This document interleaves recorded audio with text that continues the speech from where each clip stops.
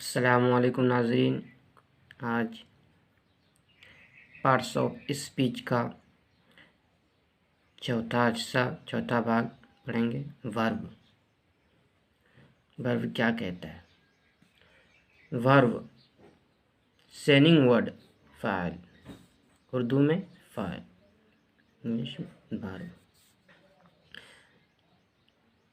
जिस लफ्ज़ के ज़रिए किसी शख्स, जगह या चीज़ के बारे में जो कुछ कहा जाता है उसे वर्ब कहते हैं।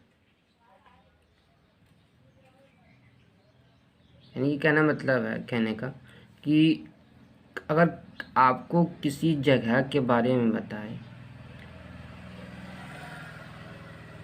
उसमें वर्ब आना ही ज़रूरी है। जैसे रहीम राइट्स ए लेटर, इस जुमले में राइट लफ्ज़ वर्ब है।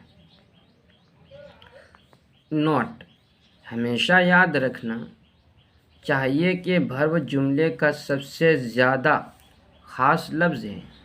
उसके गलत इस्तेमाल से माने बेमाने हो जाता है, इसलिए उसको आप अच्छी तरह समझें।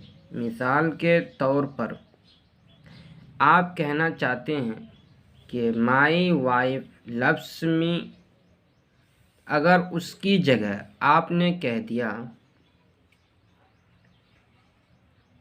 माई वाइफ लव्ड मी, तो बस आपके घर में झगड़ा हो सकता है। देख लिया आपने के वर्ब का सही इस्तेमाल